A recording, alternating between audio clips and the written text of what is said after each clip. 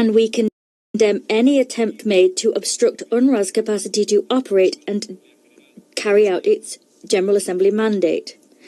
This is a mandate that's been consistently extended since UNRWA's establishment in 1949.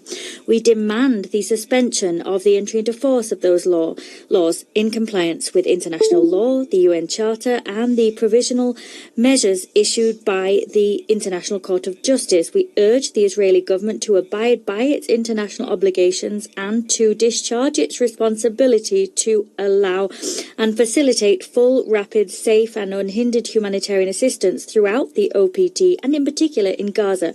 We support UNRWA as part of our humanitarian commitment and born of our staunch defence of and respect for international law, including IHL. UNRWA stands as more essential than ever. It is the very backbone of the humanitarian response in Gaza and is vital in terms of implementing the ceasefire. A ceasefire which will allow the much-needed scale-up of humanitarian relief for thousands of Palestine refugees and civilians. UNRWA provides life-saving support through humanitarian assistance. However, it also ensures the delivery of essential basic services. These include education and healthcare. These services provide dignity and hope for millions of Palestine refugees across the region. These services will be crucial in the reconstruction and stabilization phase. We reiterate our unwavering commitment to a just, comprehensive and lasting peace based on the two-state solution. We will actively support and engage with international partners to produce concrete, irreversible steps towards the two-state solution by reviving a political process to this end. Thank you. I thank the representative of Spain for the statement, and I give the floor to the representative of Cabo Verde. Thank you, Mr. President.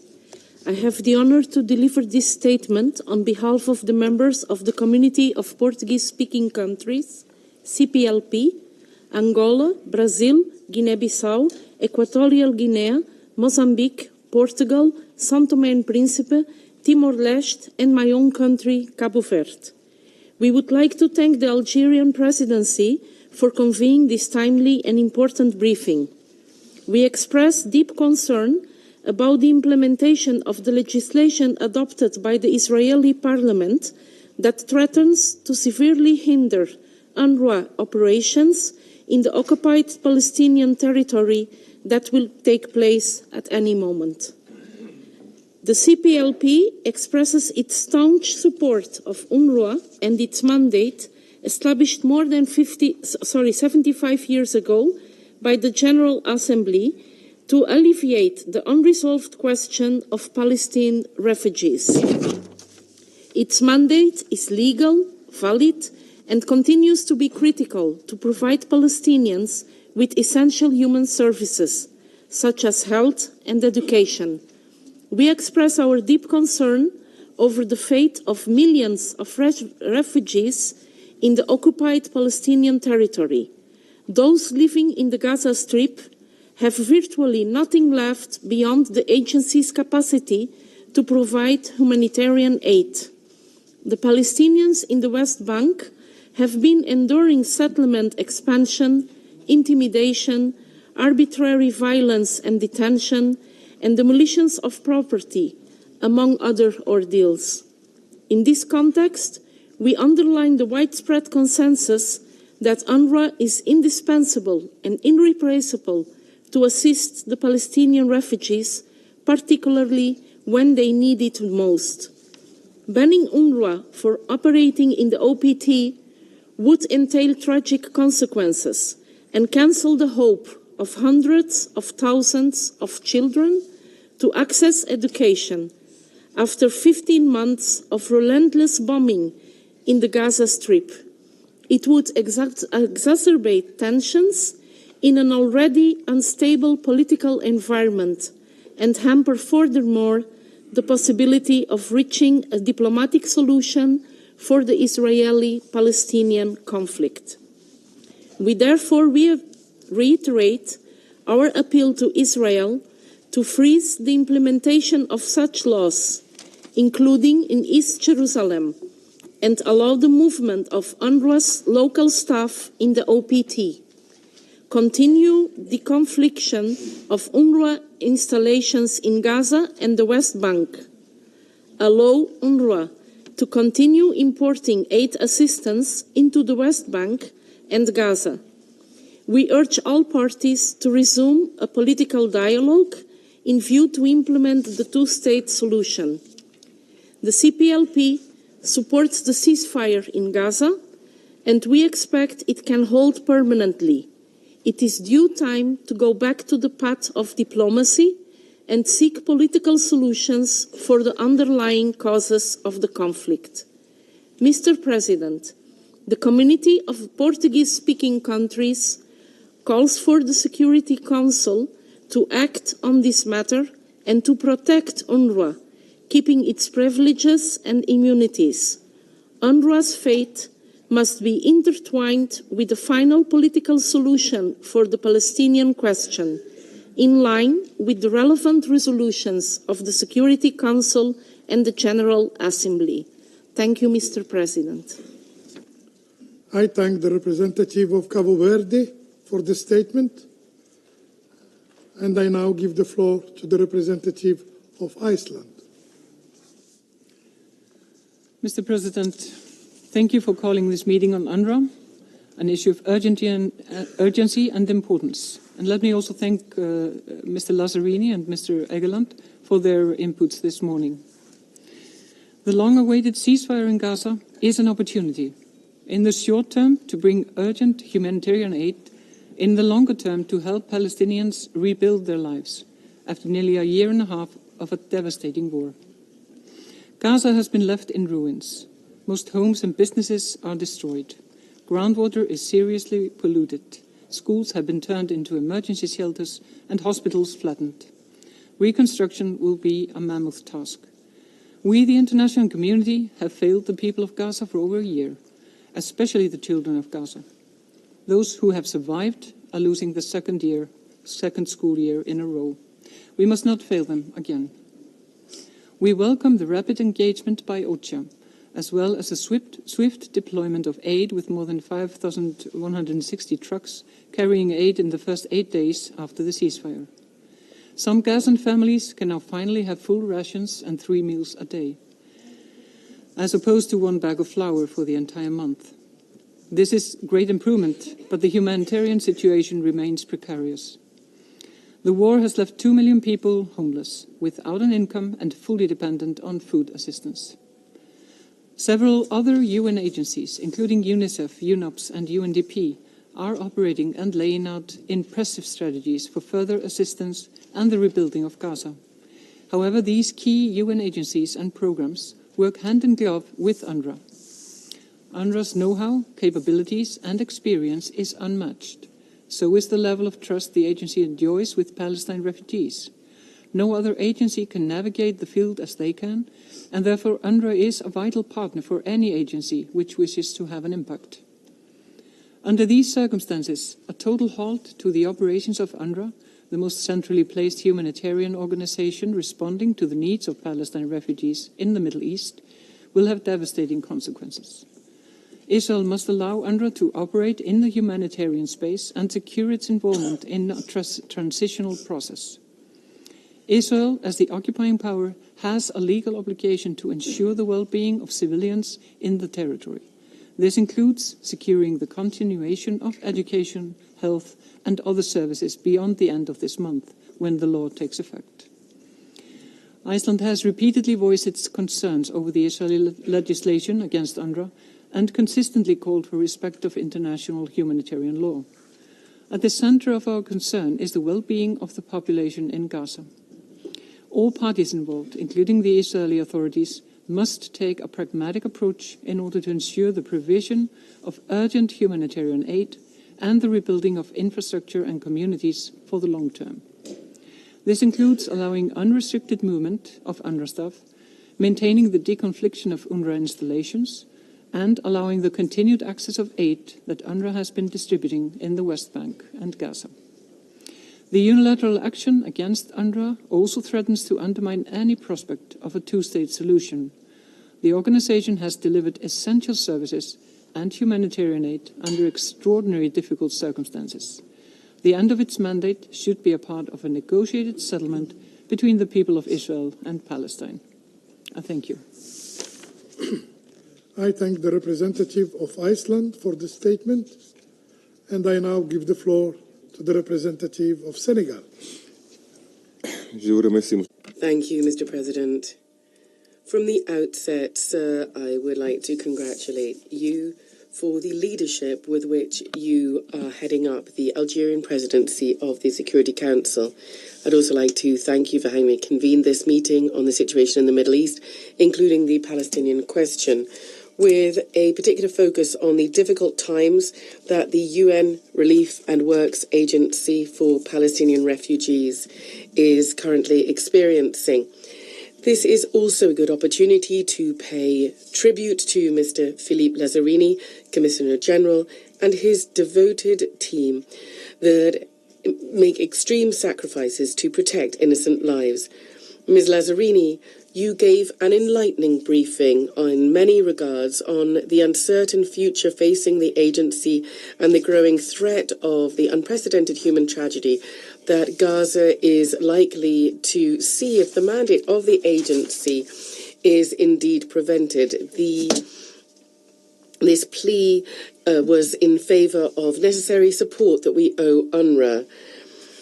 Mr. President, we really do not need to reiterate how important UNRWA is in terms of providing a whole range of services on healthcare, education, food, shelter, inter alia to the Palestinians. At the same time, whilst my delegation commends rightly the ceasefire agreement and the resumption of the provision of humanitarian assistance, it is still the case that the humanitarian disaster is still raging in Gaza because of unilateral measures, including attacks against civilians that have been taken by the Israeli authorities. This deplorable situation is extremely worrisome and undermines a vital agreement for Gazan civilians that has been the fruit of several months of diplomatic efforts. So the Security Council mustn't fall into the trap of non-document allegations of a lack of neutrality that barely hide the desire to continue broadly condemned illegal practices that have been broadly condemned by the international community that is committed to peace and justice. It is more urgent than ever that the Security Council shoulders its responsibility in order to ensure scrupulous compliance with the ceasefire and also to call upon Israel to respect IHL and to cease all unilateral measures that seek to prevent the implementation of UNRWA's mandate. This is both a legal obligation and a moral duty to prevent a dangerous precedent from being set that might undermine all UN agencies and missions throughout the world. Nowhere else will the UN be guaranteed to implement its mandate. And so what we're talking about is withdrawing from Palestinians in Jerusalem and the West Bank humanitarian aid at a time when they need it the most and destroying more than 75 years of sacrifice and joint striving for humanitarian works. The unanimous political support for all member states to UNRWA is absolutely crucial, because UNRWA fuels hopes for peace and reconstruction for these people who have suffered so much and who've lost everything. In conclusion, my delegation calls for the implementation of the measures stipulated by the International Court of Justice in its various decisions and calls upon the international community to invest in a permanent ceasefire to defend UNRWA and also to defend UNRWA to best protect the inalienable rights of the Palestinian people. Thank you very much indeed. I thank the representative of Senegal for the statement. There are no more names inscribed on the list of speakers. The meeting is adjourned.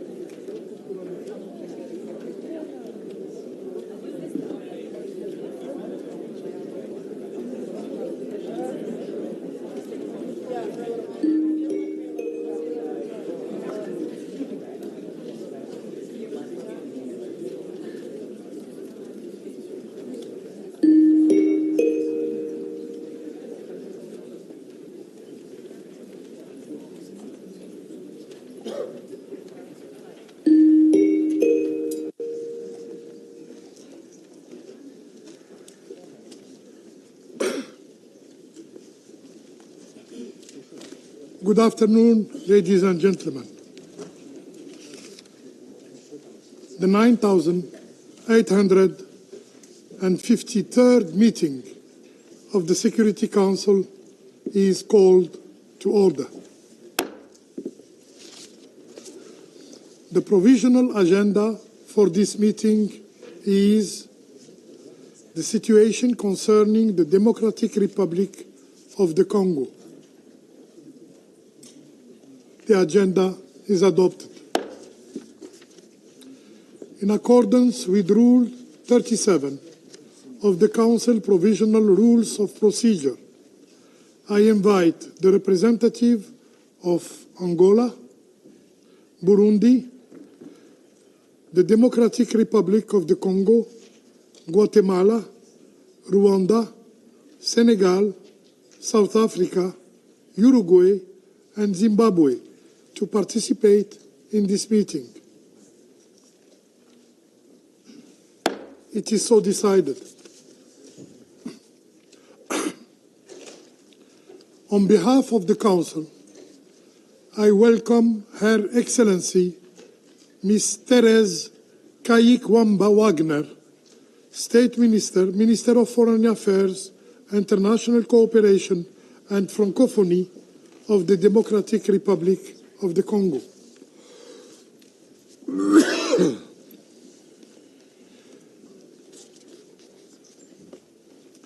In accordance with Rule 39 of the Council's Provisional Rules of Procedure, I invite Ms. Viviane van de Peer, Deputy Special Representative for Protection and Operations of the United Nations Stabilization Mission in the Democratic Republic of the Congo, to participate in this meeting.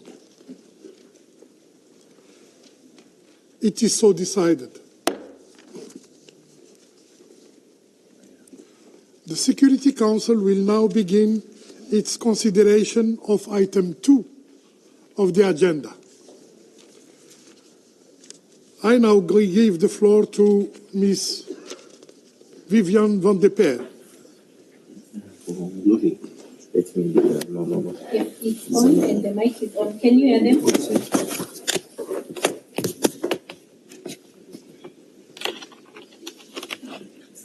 Yes.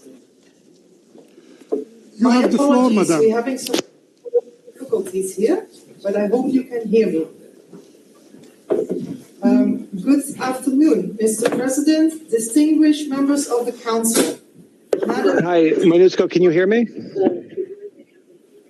Yes, we can hear you. Can you hear us? I can hear you, yes. It's a little low, but I can hear you. Can we zoom in the camera? Zoom in the camera. Zoom in the camera.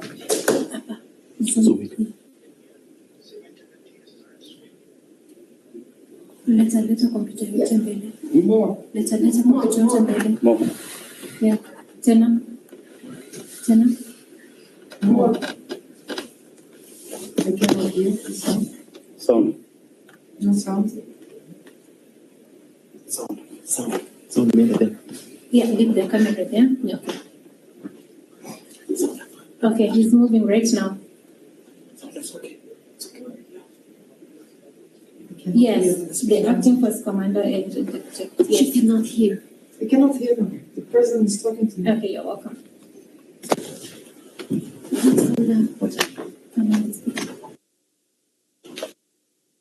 Anasema na mwenye chini mwenye kwa kamera atoke. Amesema mwenye anaonekana kwa kamera atoke. So adjust hizi tutoke sisi wote. Acha na kamera ikae tu venye ilikuwa. Amesema kamera iko sawa.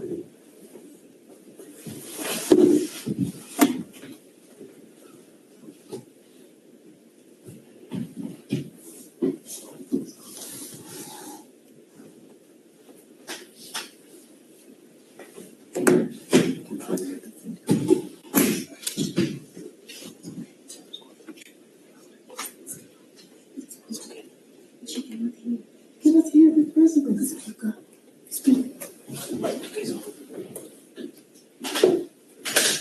Hi, MONUSCO, they're waiting for you to speak.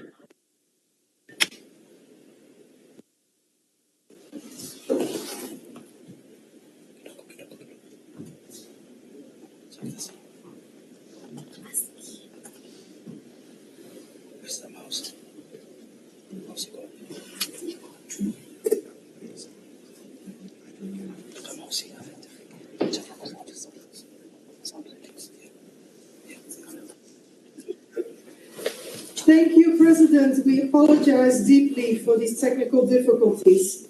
Can you hear me? You have the floor, Madam. Thank you. Mr. President, distinguished members of the Council, Madam Minister of State, Minister of Foreign Affairs of the Democratic Republic of the Congo, Permanent Representative of the Republic of Rwanda, and other distinguished ambassadors and representatives. Thank you for convening an emergency meeting of the Security Council to follow up on the situation in Goma. Allow me to share with you our understanding of the current situation and the implications for MONUSCO. The escalating clashes in eastern DRC have resulted in massive displacement. More than 178,000 people fled Kalehe territory when the M23 took over Minova, with more than 34,000 of them seeking refuge in already overcrowded existing IDP sites in and around Goma. This surge has exacerbated an already dire humanitarian situation and also a protection situation, overwhelming Goma's infrastructure and compounding challenges related to water, electricity, and medical services. Despite the deliberations and the appeal by member states at the Emergency Security Council meeting on 26 January, the M23 RDF launched an attack on Goma using heavy direct and indirect fire within hours after the conclusion of the Security Council meeting. These attacks continue to ravage the city, killing, injuring, traumatizing, and displacing civilians and exacerbating the crisis. In accordance with its obligations under international humanitarian law, during the last few days, MONUSCO has received a large number of people seeking refuge, including officials and various elements who have surrendered their arms, which underscores once again the critical role of peacekeeping in such a volatile environment. The mission's human rights component also continues to receive requests for individual protection measures from human rights defenders and civil society organizations, and is working internally and with external partners to ensure their safety. However, MONUSCO's bases are not able to accommodate the large number of surrendering elements and civilians seeking refuge. Moreover, our bases are not safe themselves. 2 mortars fell in MONUSCO bases and compounds in the last 3 days, as well as countless bullets. Installations of former police unit staff in Jambar camp have been destroyed and burned. MONUSCO is storing voluntarily relinquished or abandoned weapons in accordance with international standards. MONUSCO is taking concrete steps to secure these weapons surrendered by various fighting elements to avoid any possible scenario where the mission could be put under pressure to hand over those weapons to any group. Casualty evacuation efforts remain a significant challenge. During the fighting in Sake, which began 4 days ago, peacekeepers were seriously injured. We continue to do our utmost to ensure timely evacuation of injured peacekeepers and other casualties to a level 3 hospital in Goma, despite continuing challenges. The fighting of the past week has also severely hampered supply convoys and consumed many resources held by MONUSCO's units. Damage to camps, including water tanks, generators, and vehicles, has further exacerbated the situation. Many troops are now running out of critical equipment, especially water, food, medical supplies, and blood. In some camps, fuel shortages have rendered generators inoperable, affecting communications equipment. In addition, a significant number of non-combatants have sought refuge in MONUSCO's camps in need of food, water, and medical care, further straining already limited supplies. The MONUSCO warehouse at the airport has been looted, further depleting supplies. The courthouse in Goma has been looted, and I can continue with this list. The proliferation of weapons in Goma poses a significant risk as combatants blend into the civilian population and abandoned military depots are looted by civilians. The mass influx of internally displaced persons without shelter the separation of families, the proliferation of armed elements, and the escape of prisoners following a breakout from Goma prison increase the vulnerability of women and children to sexual and gender-based violence. Therefore, in line with the appeal of the Bishop of Goma, we call on all parties and the population to guarantee the protection of life and access to basic services for all and to prevent sexual violence. Armed clashes in Masisi, Rutshuru, and Nyiragongo continue to result in civilian casualties and displacements, further escalating the humanitarian crisis. Electricity and water supplies remain disrupted in Goma, and medical facilities are completely overwhelmed. Due to the intensity of the ongoing combat and the proximity of the front lines, humanitarian operations have been suspended or readjusted. Immediate action is required to alleviate the suffering of civilians and enable life-saving humanitarian efforts to proceed. Moreover, ethnically motivated attacks in a region with a very sensitive history need to be taken seriously. In the past 4 days, the Human Rights Office has documented at least one case of ethnically motivated lynching in an IDP site in Goma, as well as physical and verbal violence against journalists in Goma, all due to their perceived ethnic identity. In light of the ongoing crisis, we urgently require the end of jamming and spoofing, as well as the establishment of humanitarian corridors between Goma, Minova, and Bukavu. This will allow the resupply of essential items, the rotation of humanitarian staff, and the safe movement of civilians. We also appeal for the establishment of high-level diplomatic channels to ensure that critical airports, border points, and humanitarian access routes are reopened without delay. We stress that military action cannot resolve this conflict. It is imperative that all parties cease hostilities and commit to political dialogue in order to prevent further civilian suffering. Resuming the Rwanda process is of the utmost urgency to ensure a path towards de-escalation and to avert the looming threat of a third Congo war. We remind all parties of their obligation to uphold international humanitarian law and stress that attacks on United Nations peacekeepers may constitute war crimes. The degree of suffering that the population in Goma and its environments is enduring is truly unimaginable. Let us please draw on our humanity and do our utmost to bring an immediate end to such levels of violence and suffering. In conclusion, the situation in Goma requires urgent and coordinated international action. Despite the significant challenges, MONUSCO continues to play a vital role in this crisis in the Eastern DRC and has proven to be a beacon for myriad vulnerable groups seeking protection. However, the mission is challenged in ensuring the safety of its staff and premises, which has been severely impacted by the heavy direct and indirect fire used in these last few days, and to address the logistical, human rights, and humanitarian challenges we are all facing to ensure the mission's continued effectiveness.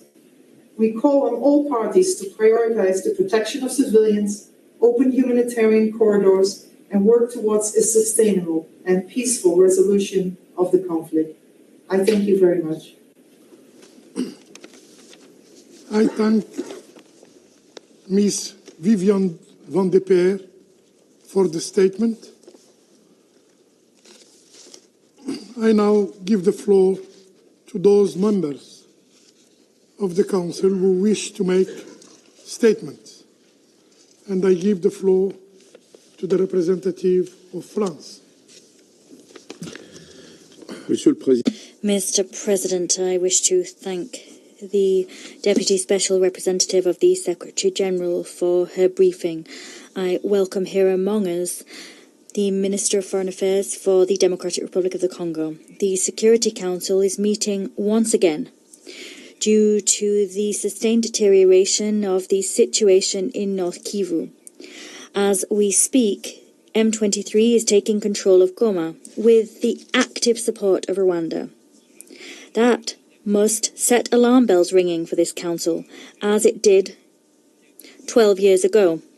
The risk of regional spillover is real. The seizure of Goma brings with it major risks for the security of civilians and prompts the displacement of hundreds of thousands of people. It is vital to put an end to that situation. France fervently condemns this offensive. M23 must immediately cease the offensive and withdraw from territories over which it has seized control. Support for armed groups by all parties must stop. Our priority must be renewed support for a ceasefire and the resumption of dialogue. There is no military solution to this conflict. France reaffirms its solidarity with the Democratic Republic of the Congo and its unwavering commitment to upholding the DRC's territorial integrity and sovereignty. Here and elsewhere, compliance with the UN Charter is the order of the day. France continues its engagement at the highest level in order to resume a political process. We hail regional mobilization in this regard, and we hope that the African Union PSC meeting today and the EAC summit tomorrow will foster progress towards a sustainable, lasting peace. Dialogue, which has been initiated within the Luanda and Nairobi process, must resume as a matter of urgency. France supports these regional processes and will call upon parties to uphold their commitments entered into within the Luanda process. These are as follows: the withdrawal of Rwandan troops from Congolese territory and the implementation of the plan to dismantle the Democratic Forces for the Liberation of Rwanda, the FDLR. Finally, France wishes to forcefully reaffirm its support for MONUSCO. MONUSCO's mandate was unanimously renewed on the 20th of December. We condemn attacks waged by M23 against MONUSCO. These attacks have claimed the lives of several blue helmets in recent days. We convey our condolences to their family members. Personnel and undertakings of the United Nations must be respected. Attacks against blue helmet civilians and humanitarian personnel are liable to constitute war crimes. Comprehensive humanitarian access must be guaranteed. Violations of IHL and human rights must be condemned. France once again condemns the deployment of surface-to-air missiles and the scrambling of GPS signals in areas under M23 control with the direct support of the Rwanda Defence Force. MONUSCO must be able to continue to do its work to protect civilians. The situation in Goma has major humanitarian and political ramifications. We will ensure that this Council remains fully mobilised in view of just how grave this situation is. I thank you. I thank the representative of France for their statement, and I now give the floor to the representative of Sierra Leone. Thank you, Mr. President. Mr. President, thank you for convening this emergency meeting of the Security Council. I have the honor to deliver this statement on behalf of the A3+ members, Algeria, Guyana, Somalia, and my own country, Sierra Leone. At the outset, we pay tribute to the brave peacekeepers, MONUSCO personnel, and other UN staff who are risking their lives in pursuit of peace and the protection of civilians in Eastern Democratic Republic of Congo. We also honor those peacekeepers and Sami DRC personnel who have made the ultimate sacrifice in service of peace. Our deepest condolences go to their families and to the government and people of South Africa, Malawi, and Uruguay. We express our gratitude to Ms. Viviane van der Peer, Deputy Special Representative for Protection and Operations in MONUSCO, for a comprehensive briefing on the dire situation on the ground. We also welcome the participation of Her Excellency Therese Kaikwamba Wagner, State Minister for Foreign Affairs and International Cooperation of the DRC, as well as the representatives of all other participating states in this meeting. Mr. President, we commend the swift convening of this emergency meeting. In less than 72 hours, the Security Council has convened for a second time to address the rapidly evolving situation in Eastern DRC. The A3+ is deeply concerned about the volatility of the situation, the ongoing conflict, and the resulting stalemate which present a high risk of a broader regional conflict. We have listened attentively to Ms. van der Per's briefing, and it is clear that the people of Goma, and indeed the wider Congolese population, deserve more than a temporary cessation of the M23/AFC offensive. They need the guns to be silent through a comprehensive political process that will not only end their suffering but also guarantee respect for the DRC's sovereignty and territorial integrity. In this regard, we make the following point.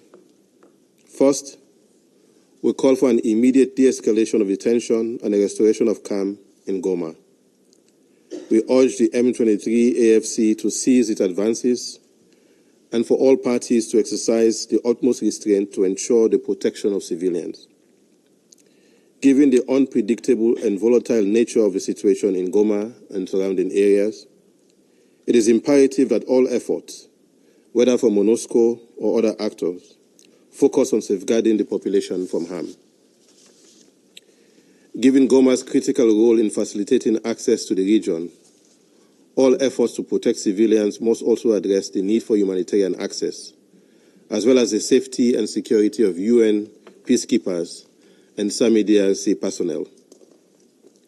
The M23/AFC must refrain from obstructing humanitarian assistance or closing humanitarian corridors. The A3+ stresses the critical need for uninterrupted aid to reach the most vulnerable and reminds all parties of their obligations under international humanitarian law to protect civilian lives and ensure the delivery of aid to those in need. Second, as we have stated before, the situation in Eastern DRC will not be resolved through military means. It requires a political solution, supported by diplomacy and regional cooperation. Since our last meeting on Sunday, we have seen significant African diplomatic efforts to support the Congolese people and encourage both the DRC and Rwanda to reach a mutually acceptable resolution. We recognize the leadership of President William Ruto of Kenya, who has called for an East African Community meeting that will take place in the coming hours. Earlier today, the African Union Peace and Security Council convened an emergency ministerial meeting in Addis Ababa. These regional efforts are commendable, but what is needed now is the commitment of both Rwanda and the DRC to engage in direct negotiations under the Luanda process in good faith with the support of all these initiatives to bring a prompt resolution to the situation in Goma. We strongly call on both Rwanda and DRC to fully engage under the Luanda process, which is being led by the African Union's designated mediator, His Excellency João Lourenço, President of Angola, to resolve the outstanding issues between them. We are aware that the longer this deadlock persists, the greater the risk of further escalation, which will become increasingly difficult to contain. If the political leadership of Rwanda and the DRC can engage in direct talks, there is hope for delivering much-needed relief to the Congolese people. Third, to achieve a lasting solution that fully respects the sovereignty and territorial integrity of the DRC, while also addressing Rwanda's security concerns, it is critical for both countries to fully implement their commitment under the Luanda process. The A3+ remain convinced that the Luanda process offers the best pathway to peace in the DRC. Through this process, a ceasefire agreement was reached, though regrettably breached, along with an agreement on a harmonized plan, reinforced ad hoc verification mechanism, and a comprehensive concept of operations. The A3+ calls on all parties to honor their commitment under the Luanda process. Given the unfortunate development on the ground, and in pursuit of peace and stability in the DRC and the wider region, the A3+ urges the government of Rwanda to withdraw its troops from DRC territories without preconditions and without delay, and to cease its reported support to the M23-AFC. Similarly, we urge the government of the DRC to sever its ties with FDLR and to implement its commitment to neutralize this group. We also regret that President Lourenço of Angola had no choice but to evacuate members of the reinforced ad hoc verification mechanism due to the untenable security situation in Eastern DRC. While the ceasefire agreement has been violated, the mechanism remains incomplete and has not been fully operationalized. Fourth, the natural wealth of the DRC must translate into prosperity for its people. All actors, both local and external, who continue to illegally exploit the country's resources and fuel the conflict must be held accountable. Mr. President, the A3+ expresses deep concern and regret over the reported attacks on embassies in Kinshasa amidst protests relating to the M23 AFC rebel group's offensive in Eastern DRC. These acts against diplomatic missions and their personnel violate international law.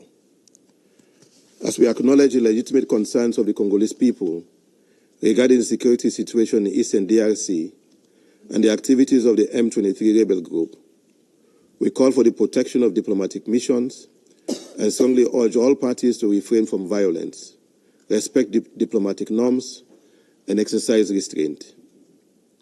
Peaceful and constructive engagement remains the most effective way to address these pressing issues. In closing, we are all well aware of the critical importance of Goma to the Congolese people. Goma is the heart of the DRC. Allowing this vital city to remain under the control of a rebel group sends a disturbing message about the ability or willingness of the international community to prevent threats to international peace and security from flourishing. It is a moral imperative for all actors, including this Council, to act decisively to address the unfolding situation in Goma and to tackle the structural root causes of this conflict. I thank you. I thank the representative of Sierra Leone for their statement. I now give the floor to the representative of the United Kingdom. Thank you, President. Let me start by thanking DSOSG Van der Peer for briefing us today. And I welcome the participation of DRC Foreign Minister Wagner, alongside other representatives from the region and troop-contributing countries. President, the UK is deeply alarmed by the events that have unfolded in Eastern DRC. Since we met on Sunday, M23, with support from the Rwandan Defence Forces, have closed in on Goma. M23 have declared that it is now under their control. The humanitarian impacts are dire. The advances have displaced close to 1 million people in North and South Kivu. Civilian casualties are rising. Hundreds of thousands of people who have already fled from M23's advances, many of them several times before, are now on the move again, with virtually nowhere safe to go. How many times must they pack up their lives and flee? The cycle must end. The UK is also deeply concerned by the limited ability of humanitarian actors to get help to those who need it. Key humanitarian routes, land, water and air, are closed, and hospitals are overcrowded, with staff risking their own lives to provide emergency assistance. More than 800,000 people in the area who were prioritised for support may no longer receive vital food and nutritional assistance. We call on the parties not to obstruct the vital services that humanitarians are providing, and to cease hostilities and uphold the protection of humanitarian workers, as required in international humanitarian law. We also urge all parties to consider essential humanitarian corridors to allow the resupply and delivery of essential life-saving items and the freedom and safe movement of civilians and humanitarian actors. President, the UK is also deeply concerned by the continued endangering of peacekeepers' lives. On Sunday, I expressed my condolences to the families of the 13 who'd already been killed. Since then, 4 more peacekeepers have tragically been killed. We urge an immediate end to this violence. We commend the leadership of MONUSCO, your courage under fire, and we thank you for the vital work of the mission. Finally, President, the UK's Foreign Secretary and Minister for Africa have spoken with Rwanda at the highest levels, as well as with wider partners in the region. And we have made clear that there can be no military solution. We urge all parties to cease hostilities and return to diplomatic talks immediately without preconditions. We remain committed to ensuring this Council takes the necessary action to support an end to this conflict. Thank you. I thank the representative of the United Kingdom for the statement, and I now give the floor to the representative of the Russian Federation. Mr. President, we'd like to thank the Deputy Special Representative of the Secretary General, Vivian van der Peer, for her briefing. We welcome to the meeting the Minister of Foreign Affairs of the Democratic Republic of Congo, Teresa Vanga, and the representative of the other countries who've requested the floor under Rule 37. Distinguished colleagues, 2 days ago we met in this chamber and discussed the worrisome developments in the situation in the eastern DRC. Over the past 48 hours, the situation has significantly deteriorated, especially with the seizure of Goma, where there are more than 1 million civilians located. Russia firmly condemns the actions of M23. We call for a swift cessation of hostilities and a withdrawal of the rebels of the illegal armed formation from the towns, villages and territory they have seized. We also urge external forces to cease their support for M23 and to recall their military units. There's a need without delay to resume the negotiation process in Rwanda. We must not allow a spillover of the escalation which could threaten the lives of people on both sides of the border and is likely to turn into an interstate conflict on a regional scale. We are seriously concerned by the humanitarian repercussions of what's going on. In front of our very eyes, the already difficult situation in North Kivu is turning into an utter humanitarian disaster. Goma, de facto, is cut off from the outside world. This may have serious consequences for the inhabitants of the town and the IDPs who have fled there. Once again, we would like to express our condolences to the families of the civilian victims of the DRC, the UN peacekeepers, and the fallen SADC soldiers. We stand in solidarity with the governments of the DRC and those states who've lost their service personnel. We wish there a speedy recovery. We'd like to underscore that Russia unequivocally condemns the attacks on peacekeepers. It's absolutely unacceptable. We firmly support the UN peacekeeping mission in the stabilization mission in the DRC, its leadership and the Blue Helmets. We also condemn any attacks and acts of aggression regarding international diplomatic representation. Such actions have absolutely nothing whatsoever to do with peaceful demonstrations. We urge Kinshasa to ensure the protection of foreign missions and diplomatic staff, pursuant to the Vienna Convention and its international obligations. The violence in eastern DRC needs to stop. However, there's no military path to resolve this crisis. It is absolutely clear that this is only possible as a result of political agreements. We're convinced that the Luanda process remains the best forum where agreements can be reached. We carefully listened to the representative of Angola during the meeting of the Council on Sunday. Angola clearly stated that the only obstacle to preventing a signature of a reconciliation document between Kinshasa and Kigali was the issue of cessation of government interaction with the illegal armed formations and primarily with the M23. Without settling the status of this group as part of the intra-Congolese dialogue, any attempts to improve the situation between the DRC and Rwanda will not bear lasting fruit. Here, there is an urgent need for the resumption of the Nairobi process and the pushing forward of similar regional initiatives. There's no alternative to this. Mr. President, attempts to settle the crisis will also not bear fruit if the countries of the Great Lakes region do not take decisive measures to combat the illegal exploitation and smuggling of natural resources, the lion's share of which, as we all know, come from the eastern DRC, which is beset by instability. There's a need for extra-regional players and large transnational corporations to review their relationship with the use of these resources because in their interest there's this ongoing illegal supply of blood minerals.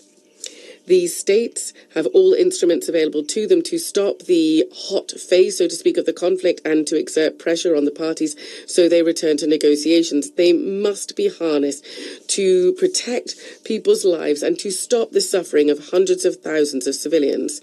Unfortunately, we've all seen that the statement of the Council has not stopped the M23 and those who support this group from seizing Goma and continuing their hostilities. Russia, from its side, will do everything possible, including through here in the Council, to stop the escalation and to restore prospects for diplomatic settlement in the interest of stabilizing the situation in the eastern DRC. Thank you very much indeed. I thank the representative of the Russian Federation for the statement. I now give the floor to the representative of the United States. Thank you, President. Thank you, DSRSG, Vivian van de Peer, for your briefing on the unacceptable events of the last 48 hours. The United States condemns the seizure of Goma and urges this Council to consider measures to halt the territorial advances by Rwandan troops and M23. We stand in firm support of the Congolese people and of the sovereignty and territorial integrity of the DRC, and urge Rwanda to respect the same. At the same time, we are watching with concern and deplore the destruction of diplomatic facilities in Kinshasa and call on the DRC government to respect its obligations to protect diplomatic premises and personnel. We call for an immediate ceasefire, an end to this fighting. Rwanda must withdraw troops from the DRC. Rwanda and the DRC must return to the negotiating table and work toward a sustainable, peaceful solution. We remain deeply concerned about the human rights abuses, displacement, and other impacts on Congolese civilians suffering the brunt of this fighting. Civilians, including the growing number of IDPs and refugees in Sake, Goma, and beyond, must be protected. More than ever, humanitarian actors must be allowed to operate freely and deliver life-saving aid. The rights of all Goma's inhabitants, including former combatants, must be respected. We are similarly concerned that M23's and Rwanda's ongoing advances are opening up a bloody new front to this conflict in South Kivu, which no longer benefits from the roles MONUSCO assumed in the past to protect civilians and facilitate humanitarian assistance. We must not allow this violence to spiral into a wider regional conflict, which would incur a horrific human toll. We mourn all the Congolese who have lost their lives in this fighting. We also extend heartfelt condolences to the countries and families of UN peacekeepers and SAMI DRC troops lost during these attacks. We applaud MONUSCO for its commitment to protect civilians and the bravery and professionalism demonstrated by peacekeepers in recent weeks. As we have said before, Rwanda's support to M23 remains wholly at odds with its robust support to UN peacekeeping. Rwanda said on Sunday that it means no harm to MONUSCO, but 3 peacekeepers have been killed, with many more injured.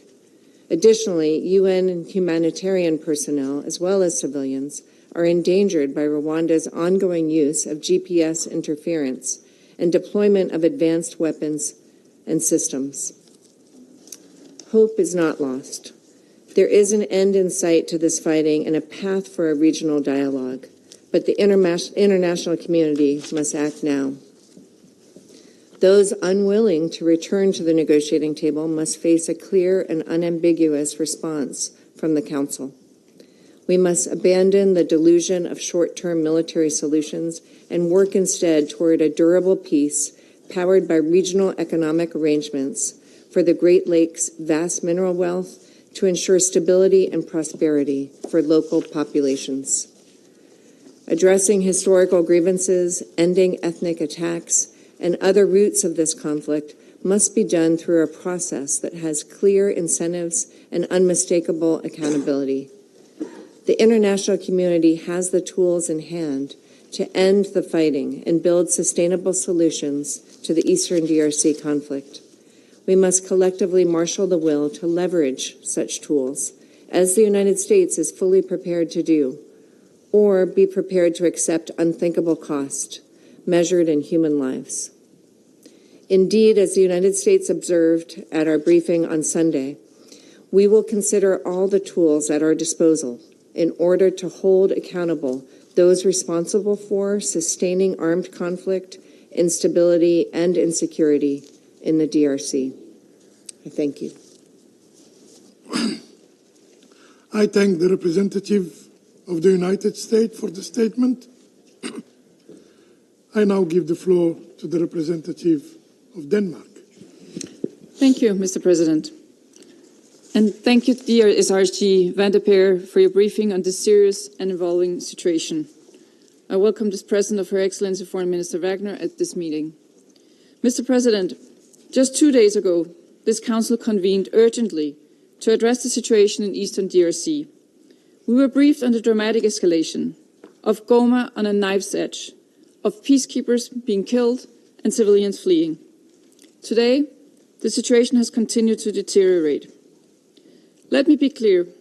Denmark strongly condemns the ongoing offensive by M23 with support of the Rwanda Defense Forces and the military presence of Rwanda in DRC.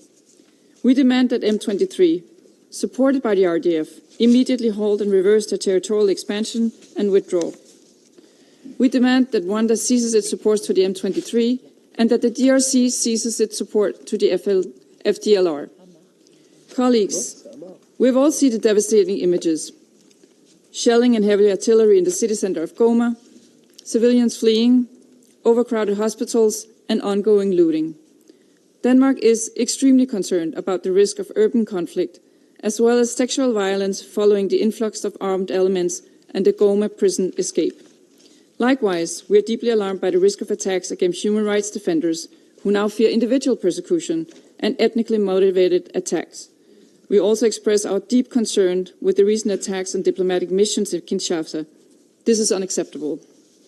Mr. President, against this dangerous and rapidly developing backdrop, allow me to highlight 4 key points. First, Denmark demands an immediate cessation of hostilities, as well as unhindered, rapid and safe humanitarian access to all populations in and around Goma. This includes open humanitarian corridors, open land borders and airspace. This cannot be understated.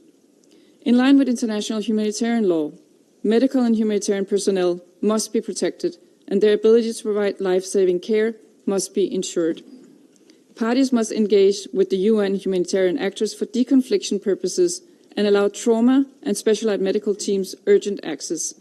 Upholding IHL is not an option, it's an obligation. Second, Denmark firmly condemns any form of violence targeting civilians and objects indispensable to the survival of the civilian populations. We demand their immediate protection and the respect for human rights, regardless of ethnic group, gender, or age. Perpetrators of any attack against civilians must be held to account, no matter their rank or affiliation. Third, we express our full support to MONUSCO as it fulfills its critical mandate facing extremely difficult circumstances. We remind the parties that any involvement in attacks against MONUSCO peacekeepers may constitute a war crime and a basis for sanctioned designations pursuant to United Nations Security Council resolutions. Fourth, Mr. President, as we underlined just 2 days ago, there is no military solution to this conflict, only a political one. We urge DRC and Rwanda to immediately and in good faith fully re-engage and fully recommit to diplomatic talks in the regional peace processes in place. The Rwanda and Nairobi processes are the means to solve this conflict. Colleagues, we are not here merely to request that the parties uphold their obligations under international law.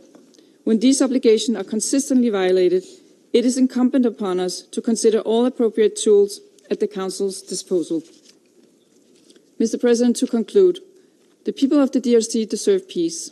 The peoples of the Great Lake region deserve peace.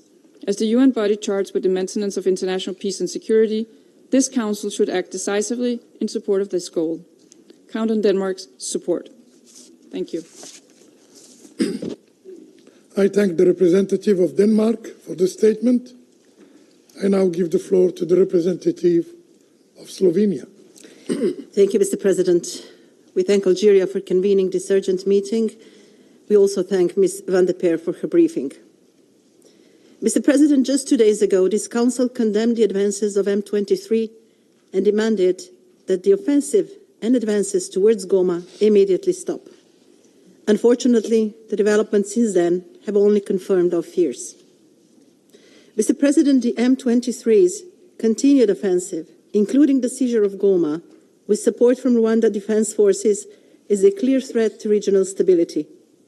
We strongly condemn these actions. Slovenia renews its demand for the immediate ceasefire and the unconditional withdrawal of M23 from the occupied territories.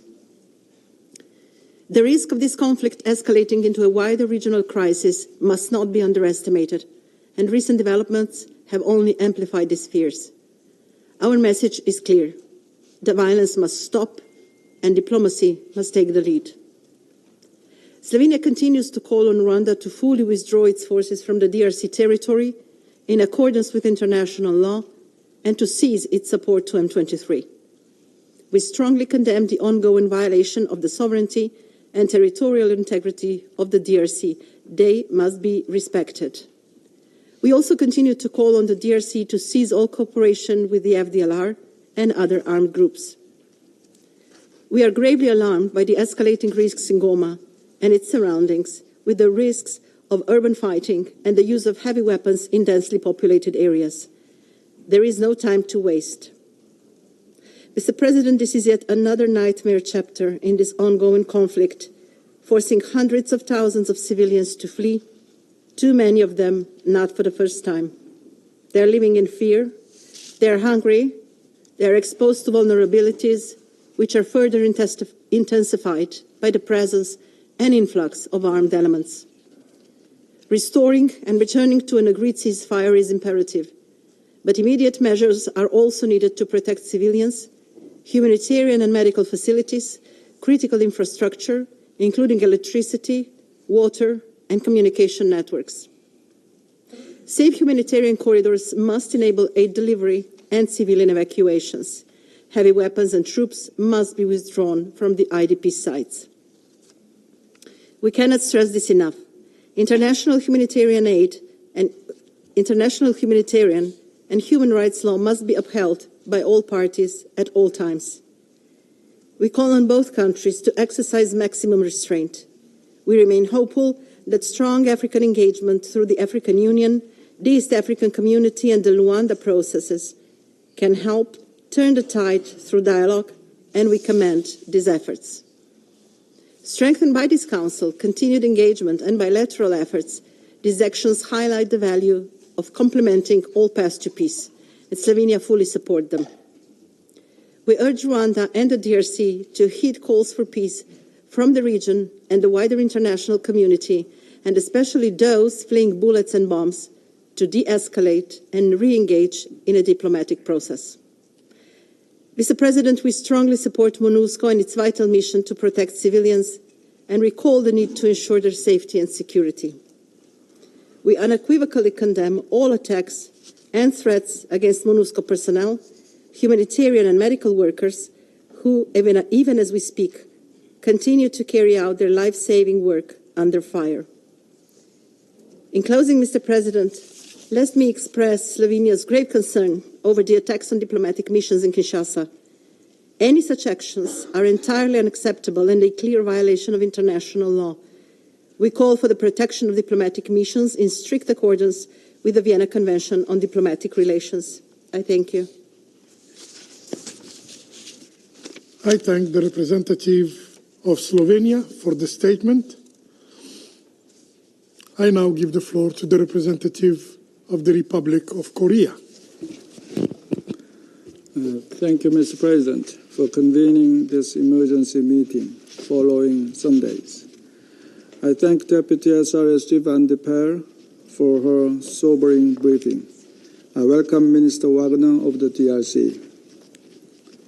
At the outset, the Republic of Korea reaffirms its steadfast support for MONUSCO and the regional and sub-regional organizations for their tireless efforts in addressing this perilous crisis. We also reiterate our firm commitment to ensuring the safety and security of MONUSCO peacekeepers. At the same time, we strongly condemn the attacks on diplomatic missions in Kinshasa and urgently call for their immediate cessation. We urge the DRC government to fulfill its obligations under international law by ensuring the protection of all diplomatic missions within its territory. Mr. President, I would like to underscore 3 points today as we confront the devastating and fluid developments on the ground. First, we deeply regret that the unified call of the Security Council during Sunday's meeting, and along with the subsequent press statement, has been blatantly disregarded by the M23 and Rwanda. We demand that the M23 immediately halts its unjustifiable military actions in eastern DRC and withdraw from its offensive in Goma. Their reckless actions are forcing civilians to flee with no safe refuge, endangering hundreds of thousands of innocent lives. Equally critical, we urge Rwanda to refrain from further escalating the conflict. We must once again stress our urgent appeal to Rwanda to cease all forms of support to M23 and promptly withdraw any unauthorized military presence from DRC territory. These actions undermine the foundational principles of the UN Charter, including respect for sovereignty and territorial integrity. Second, the Security Council must consider all measures at its disposal to bring an end to this devastating conflict. The Council must deliver a more decisive and unequivocal message. In addition, concrete actions must be pursued to effectively influence the strategic calculations of the parties involved in the conflict. We must recall that it was strong diplomatic pressure that stopped the M23 back in 2012. A thorough investigation into the attacks against the peacekeepers is also vital. The safety and security of UN peacekeepers is a top priority for the Security Council. All perpetrators of violations of international humanitarian and international human rights laws, including sexual and gender-based violence, must also be held accountable. Third, both the DRC and Rwanda must return to meaningful negotiations and fully honor their obligations under the Rwanda process. We reaffirm our full support for President Lourenço of Angola in his critical mediation efforts. We also look forward to the African Union Peace and Security Council playing a key role in exerting necessary pressure following its emergency ministerial meeting held this morning.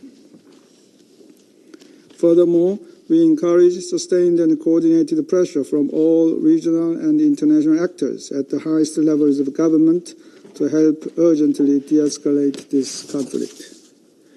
In conclusion, Mr. President, the Security Council must take action. Most importantly, we must not lose sight of the innocent civilians who, even as we meet here today, are awaiting the Council's action. The Republic of Korea remains steadfast in its commitment to constructive engagement, working collectively to swiftly and decisively overturn the consequences of unlawful military actions. Thank you, Mr. President. I thank the representative of the Republic of Korea for the statement, and I now give the floor to the representative of China. Thank you, President. At the outset, President, I'd like to thank you for convening this emergency meeting. I thank DSRG Vanderberg for the briefing, and welcome the Foreign Minister, Kai Kwamba of DRC, to the meeting today. Since Council's Sunday consideration of the situation in eastern DRC, the ground situation has taken a nosedive. M23 overran Goma, the capital of North Kivu province, causing massive civilian displacement and increasing the risk of a greater conflict. The developments are deeply worrying. China reiterates our firm support for the sovereignty and territorial integrity of the DRC and opposition to any violations of the UN Charter and international law. China demands that M23 to immediately cease all hostilities and withdraw from Goma and other occupied areas. China hopes that Rwanda attaches importance to the calls from SG Guterres and relevant African countries. Stop military support for M23 and immediately withdraw all its military forces from the territory of the DRC. We urge parties to the conflict to abide by international humanitarian law and to protect the security of civilians and civilian infrastructure. Meanwhile, the security of foreign nationals and institutions in DRC should be protected too. China once again strongly condemns M23's attacks against UN peacekeepers.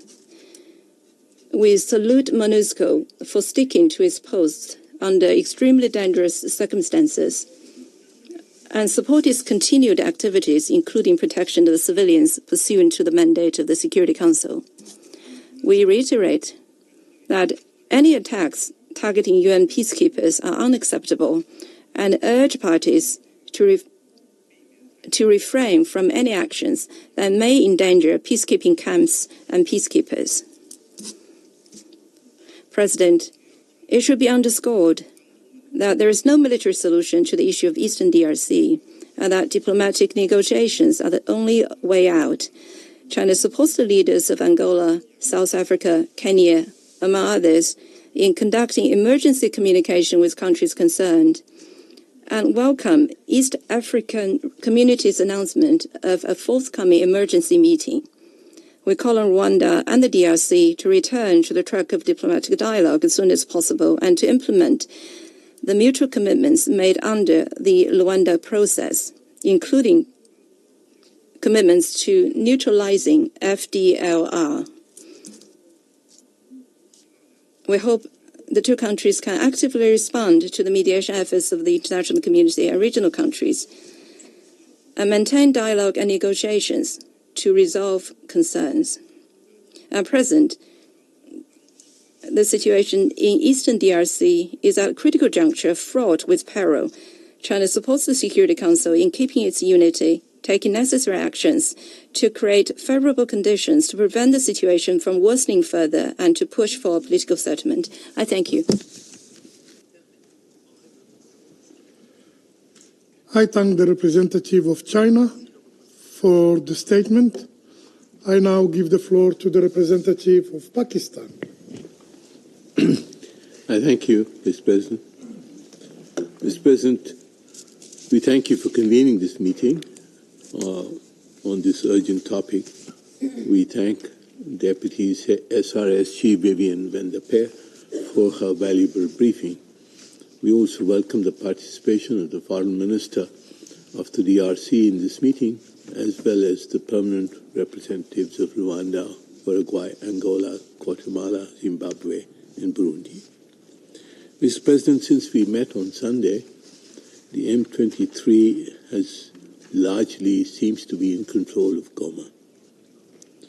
Thousands of people are currently fleeing their homes, adding to the millions already internally displaced in eastern DRC. Many UN and other peacekeeping troops are still encountering mortar and small arms fire. 3 UN peacekeepers have lost their lives and 22 have been injured. Sami DRC has also taken fatalities and casualties. We once again express our deepest condolences to the families of the fallen peacekeepers and pay tribute to their bravery, and especially those who died in the line of duty. I would like to make the following points. First, we strongly condemn M23's offensive on Goma. It must immediately stop its advance and vacate all territories it has occupied. We condemn the violations of the sovereignty and territorial integrity of the DRC. All foreign forces must be withdrawn from the territory of the DRC. Second, the M23 siege of Goma has grave humanitarian consequences. The UN Secretariat and other humanitarian actors, in consultations with the DRC, should urgently develop a plan for the protection of civilians, the handling of internally displaced people, and addressing the humanitarian crisis in eastern DRC. The M23 must not impede access for immediate, safe, and unhindered humanitarian aid and humanitarian personnel to the affected areas and to the affected people, including through humanitarian corridors. Third, we strongly condemn the continued attacks on the peacekeepers. Attacks on peacekeepers constitute war crimes, and those responsible for perpetrating, supporting, and sponsoring these attacks must be held accountable. At the same time, we deplore the attacks on diplomatic facilities in Kinshasa. We ask the UN Secretariat and MONUSCO, in consultations with the DRC, to urgently present an effective plan to ensure the safety and security of MONUSCO and other peacekeepers, including through the steps that they have already taken. Fourth, we stress that there is no military solution to the conflict in eastern DRC. We call on Rwanda and the DRC to cease hostilities and to immediately revive the Luanda process of dialogue under the mediatory leadership of President Lorenzo of Angola. The understandings reached under this process, that is the neutralization of the FDLR and the withdrawal of Rwandan forces from DRC, should be maintained and implemented even as the challenge posed by the M23 is confronted and resolved. We hope that the reconciliation within DRC will be achieved, especially through the Nairobi process. We also extend our full support to the Special Envoy for the Great Lakes region in promoting dialogue to resolve the conflict in eastern DRC. Fifth, we appreciate the communiqué issued today by the African Peace and Security Council on the situation in DRC, in eastern DRC. African institutions would no doubt have to play a very important role in bringing the decades-old conflict to an end in accordance with the call for African solutions to African problems and silencing the guns. Sixth, the Security Council and the Secretary General will need to evaluate the future role of MONUSCO in the evolving circumstances in eastern DRC. In our view, the mission must be maintained and its mandate reviewed and adapted to respond to the new circumstances and operating environment. The mission will need to be adequately reinforced and equipped to discharge its current or modified mandate. Finally, Mr. President, we once again call to address the issue of the illegal exploitation of the DRC's natural resources, which is the root cause of this conflict. I thank you, Mr. President. I thank the representative of Pakistan for the statement. I now give the floor to the representative of Greece. Thank you, Mr. President. I would like to thank Ms. van der Per, Deputy SRSG, for briefing us on this urgent meeting today and commend the courage of all of MONUSCO's personnel in these very difficult circumstances. I would also like to welcome the participation of the Honourable Foreign Minister of the Democratic Republic of the Congo in our meeting. Mr. President, allow me to emphasize 4 key points. First, we strongly condemn the capture of the town of Sake on January 23rd and the invasion of Goma on January 27th by M23. We reiterate that the sovereignty, unity and territorial integrity of the DRC must be fully respected. The presence of Rwandan troops on the territory of DRC and the support to the M23, as also stated by the Secretary General on January 26, are very concerning and are strongly condemned. We call on Rwanda to cease its support to the M23 and to withdraw its forces now. Second, we call for urgent de-escalation, and we stress that it is more imperative than ever that particularly Rwanda and DRC commit to the ceasefire as agreed last August, re-engage the political dialogue, and implement all decisions and commitments agreed under the Luanda process. Greece will continue to support African-led initiatives and welcomes the emergency ministerial session on the conflict in Eastern DRC convened today by the African Union Peace and Security Council and the upcoming meeting of SADC tomorrow. We call DRC and Rwanda to return immediately to the table of negotiations. Third, we are deeply concerned about the grave humanitarian and security consequences of the M23 offensive in North Kivu. All parties must respect international humanitarian law and ensure unrestricted humanitarian access. We strongly condemn all forms of human rights violations, abuses, violence against civilians, sex and gender-based violence in particular. Fourth, we reiterate our full support to MONUSCO, which is acting within its mandate and doing critical work in the DRC, including in the area of Goma, stress a strong commitment to the safety and security of its peacekeepers, condemns the attacks committed against personnel, and offer condolences to the families and government of the deceased peacekeepers. MONUSCO must be granted full access and freedom of movement to effectively fulfill its mandate and address urgent needs. The protection of civilians and humanitarian personnel must remain an absolute priority. Attacks against peacekeepers may constitute potential war crimes, and those attacks against MONUSCO peacekeepers form also a basis for potential sanction designations. Mr. President, we stand ready to consider any further engagement of this Council as unnecessary. I thank you. I thank the representative of Greece for the statement. I now give the floor to the representative of Panama. Muchas gracias. Thank you very much indeed, Mr. President. We warmly welcome the Deputy Special Representative for MONUSCO, Ms. Viviane van der Peer. We thank her for her briefing. We also welcome the Minister for Foreign Affairs, Her Excellency Ms. Therese Kaikwamba Wagner of the DRC. Mr. President, distinguished members of the Security Council, Panama expresses its grave concern at the alarming situation currently playing out in the Democratic Republic of the Congo. In recent days, we have witnessed an escalation of violence which has culminated in M23's entry into the city of Goma, that with the support of the Rwanda Defense Force. This was reported on by the group of experts. That offensive unleashed a humanitarian crisis of devastating proportions. Thousands of civilians have been forced to flee their homes, seeking refuge in unsafe, volatile conditions, and they are now facing the suspension of essential basic services. The suspension of these services has left the civilian population extremely vulnerable. The lack of access to drinking water, electricity, healthcare, and other core services is worsening the suffering of the displaced persons as well as local residents. The United Nations High Commissioner for Refugees expressed his grave concern at the worsening of the violence and the humanitarian crisis in eastern DRC. He indicated that the number of internally displaced persons has increased by more than 400,000 this year alone.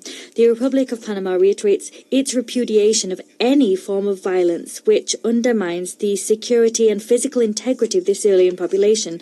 We issue an urgent appeal to all parties involved to cease hostilities immediately and to adhere to international humanitarian law. We fully support the appeal issued by UN entities for the authorization of temporary humanitarian pauses in critical areas, as well as for the establishment of safe and effective humanitarian corridors. Moreover, we reiterate our staunch support for the invaluable work done by MONUSCO.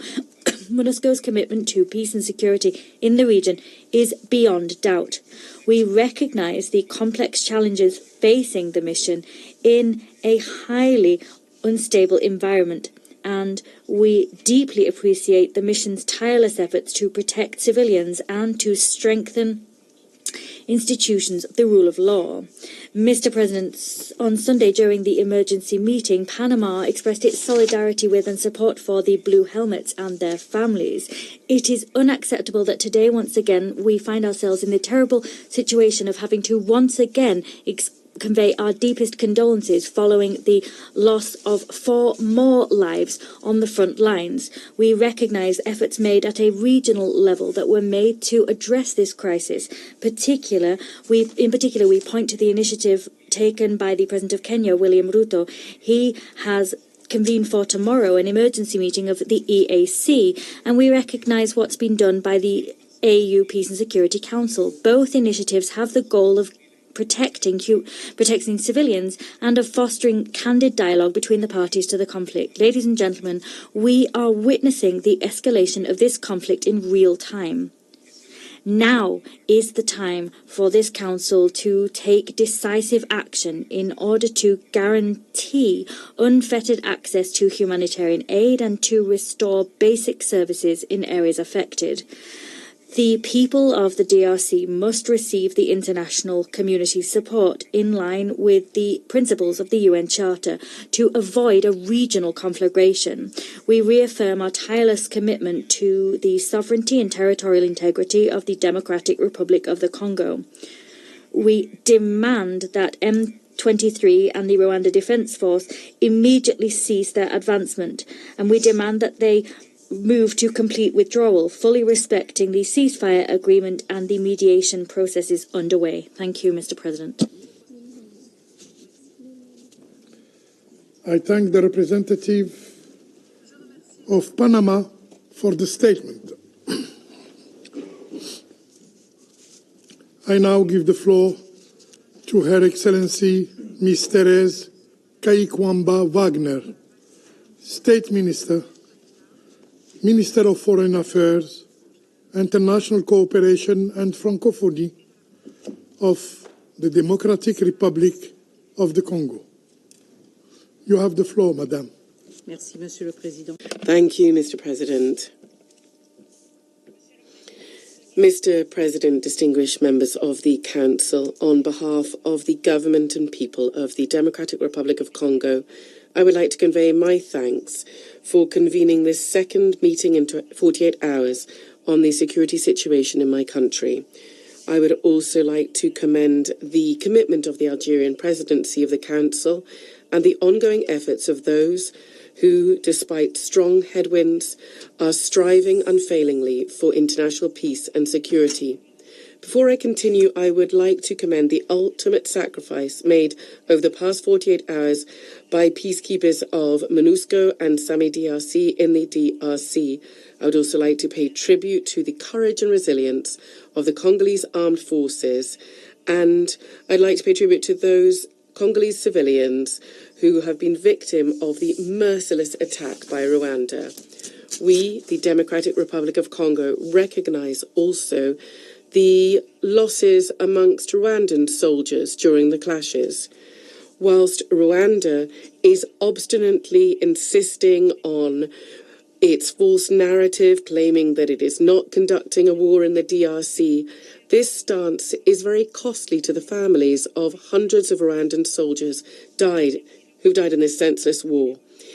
Even if their own country refuses to recognize them, to pay tribute to them, or to allow their families the right to mourn their losses, we, the Democratic Republic of Congo, are well aware that war crosses all borders. We recognize that the madness that Kigali has plunged us into has caused victims everywhere. As regard the protests this morning in Kinshasa, here I would like to reassure our partners that the government of the DRC has taken all necessary measures to ensure the protection of the accredited diplomatic missions in the Democratic Republic of Congo.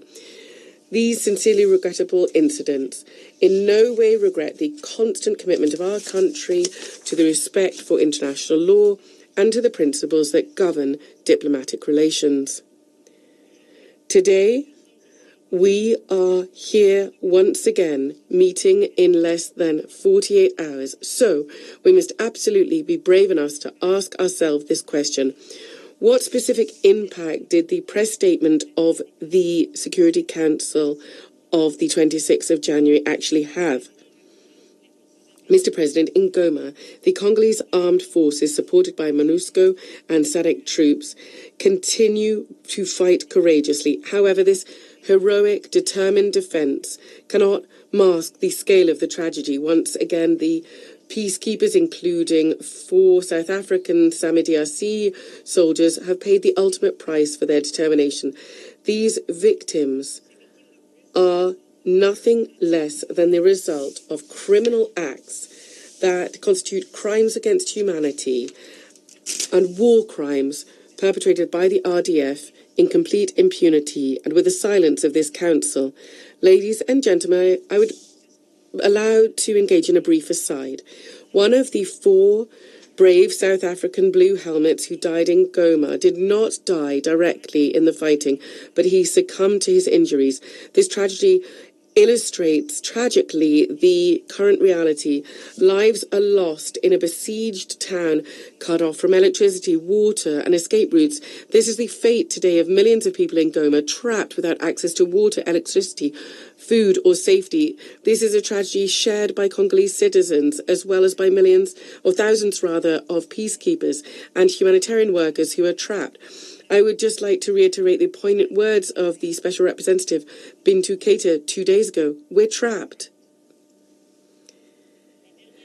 The past 24 hours have seen more than 100 patients taken to the ICRC health centres, and the humanitarian situation continue to deteriorate, with more than 500,000 new IDPs in the North and South Kivu provinces in January alone. The Rwanda Defence Forces and their stooges in the M23 have breached our borders. They've occupied our towns and villages, chased out our fellow citizens from their homes and set up a parallel administration in violation of international law and in violation of the clear stance of this council.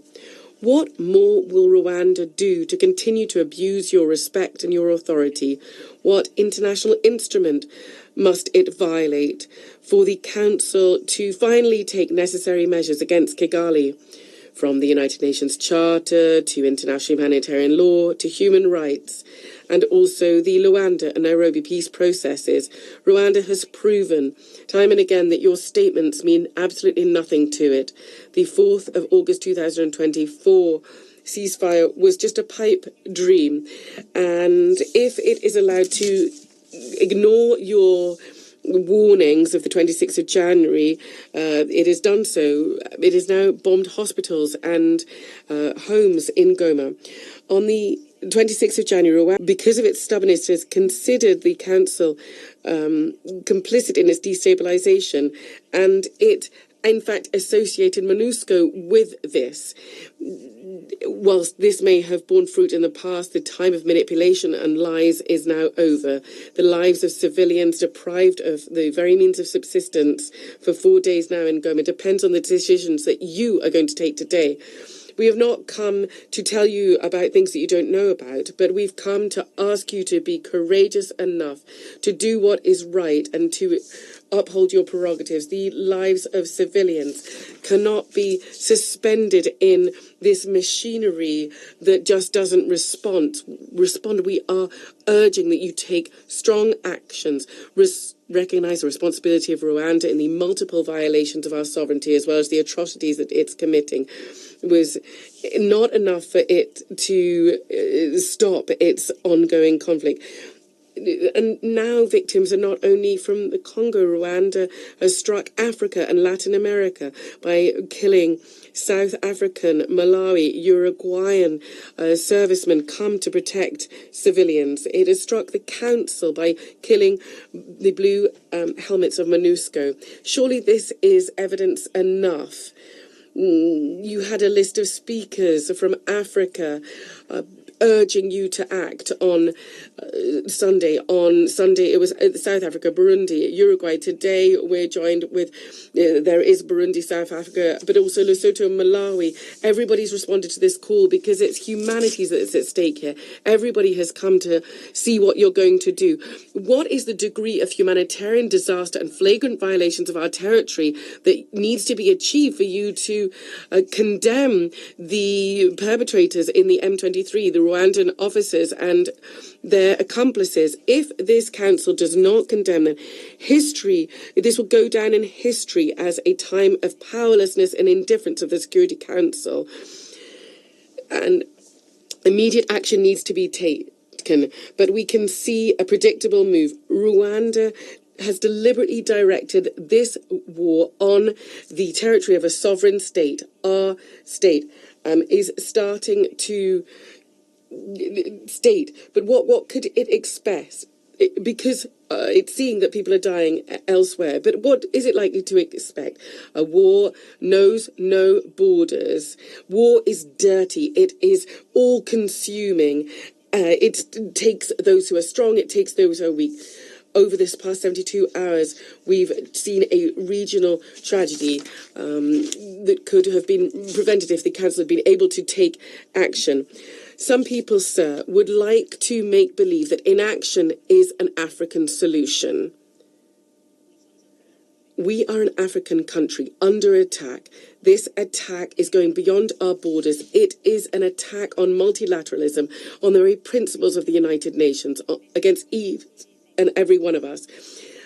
Allowing this crisis to continue, stating that it's an African problem that requires an African solution, betrays the spirit of international solidarity that was the very bedrock of our organisation, and the spirit of a collective security responsibility that justifies your very presence as members of this council. We reiterate our 5 urgent demands. 1, the immediate withdrawal of Rwandan troops and the cessation of hostilities. 2, the establishment of targeted sanctions against the RDF chain of command and the Rwandan political decision makers. 3, the imposition of an embargo on natural resources declared as Rwandan. 4, the withdrawal of Rwanda as a troop contributing country to the UN. One cannot be the aggressor and claim to play a role in promoting peace. 5, total transparency on arms transfers from Rwanda. These transfers must be stopped immediately to prevent them from continuing to fuel violence and instability. Mr. President, we're here because here the world needs to resolve its differences and face its challenges. If the council fails, then it is the street that is going to take charge. And as you know, there's no order, no calmness on the streets. 48 hours ago, before the Security Council, we once again drew your attention to the declaration of war of Rwanda against my country. A shot has been launched into the heart, and the Democratic Republic of Congo is at war, and collective inaction faced with this, unfortunately, is just spilling over into the capital. Indifference is not an option. The council must not remain passive. The council must not do this, because each day without a specific concrete response means that silence just becomes louder. The time has come for the council to demonstrate its courage and its commitment. This chamber needs to be the rampart of justice and human dignity. Thank you very much indeed.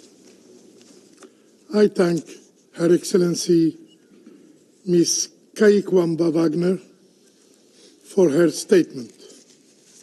I now give the floor to the representative of Rwanda. Mr. President, thank you for giving me the floor. I would like to once again commend Algeria's able leadership of the Council for the month of January. I'm grateful for your invitation to participate in this important meeting and thank all the member states that spoke before me. I'd like to recognize Ms. Viviane van der Perry, Deputy SRSG. I also recognize Honorable Teresa Kaikwamba Wagner, DRC Minister for Foreign Affairs. I also would like to recognize the participation of the representatives of Angola, Uruguay, Zimbabwe, Burundi, South Africa, Guatemala, and Senegal. Less than 2 days ago, this council gathered to discuss the ongoing situation in the eastern DRC. Since then, it has rapidly evolved. On 26 January, the M23/AFC rebel group is reported to have taken over the city of Goma. This triggered retreating forces from DRC coalition to attack and shell the Rwandan territory. Rwanda condemns in the strongest terms these attacks on the town of Rubavu in the northern province, which killed 5 people, innocent Rwandan civilians, and left another 35 injured.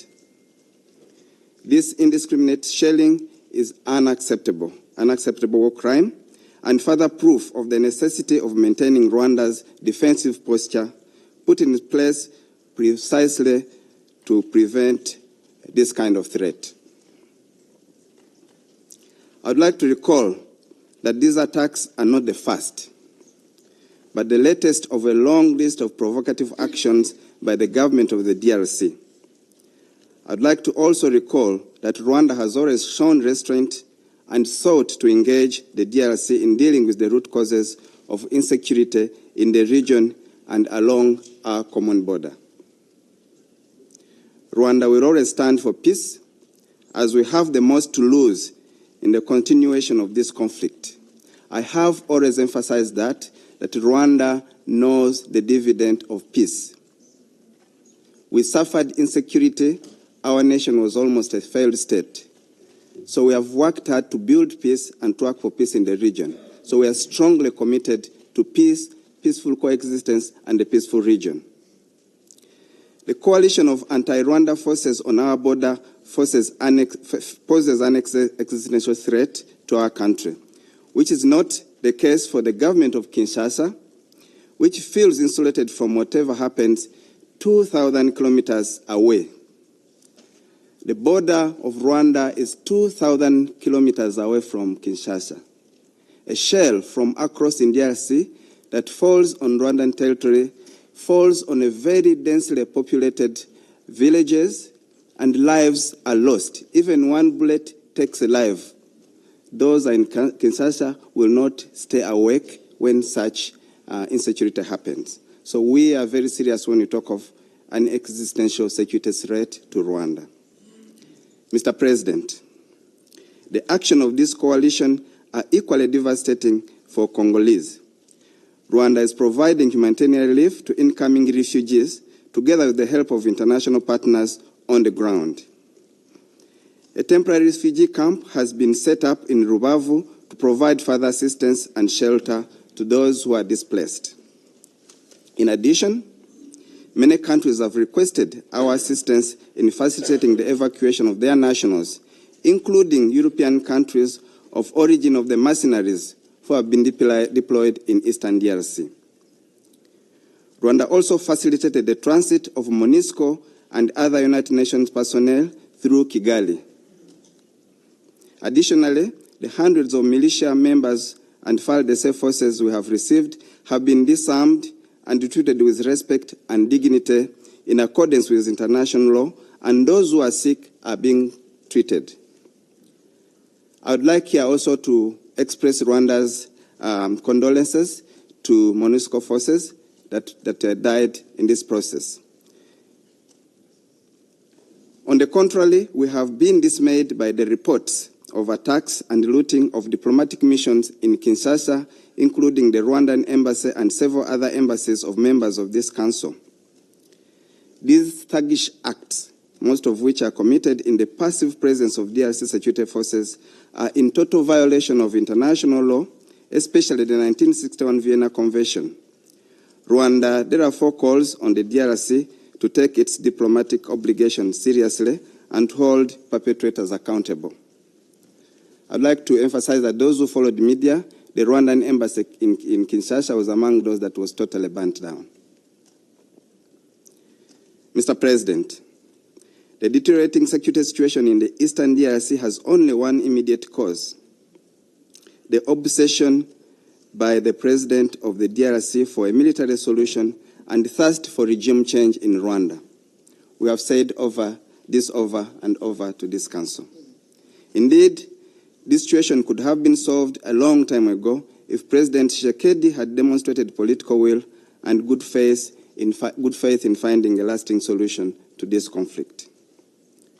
I would like to recall that President Tshisekedi took the unilateral decision to expel the M23 from the political dialogue under the Nairobi process, as well as East African Community Regional Force, which was deployed by EAC.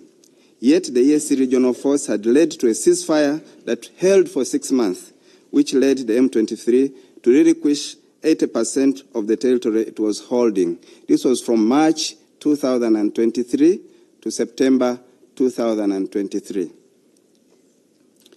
To fill in this vacuum, the DRC instead decided to replace it with a SADC-led force with a more offensive mandate.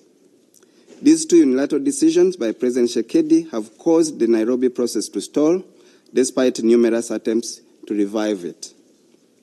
Mr. President, Council members, as if frustrating the Nairobi process was not enough, the DRC President repeatedly made inflammatory statements against Rwanda.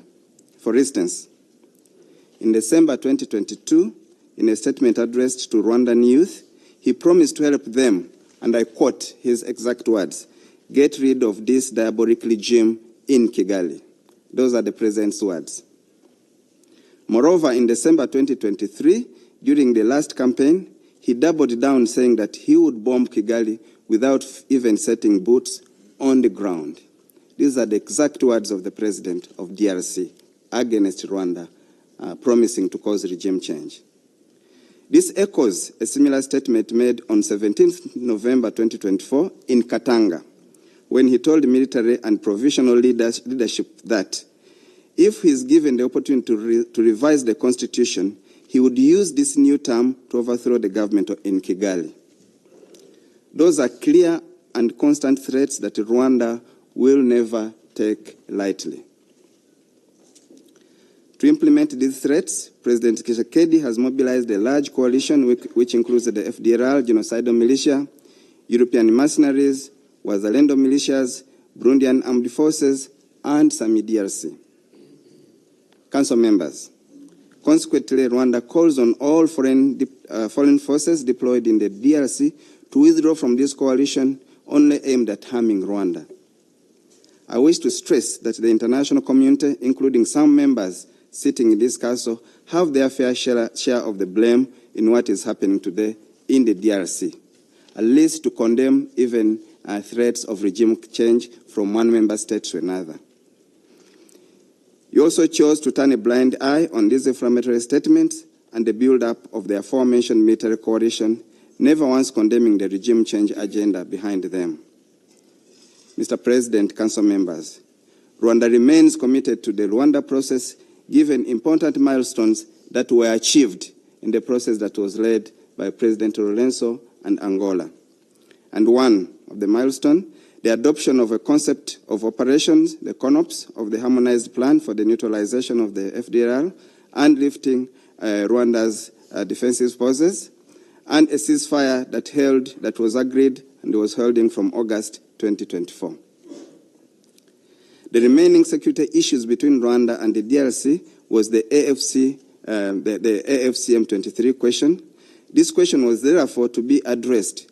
Unfortunately, in the ministerial meeting of 14th December, the DRC categorically refused any commitment of dialogue with the AFC M23.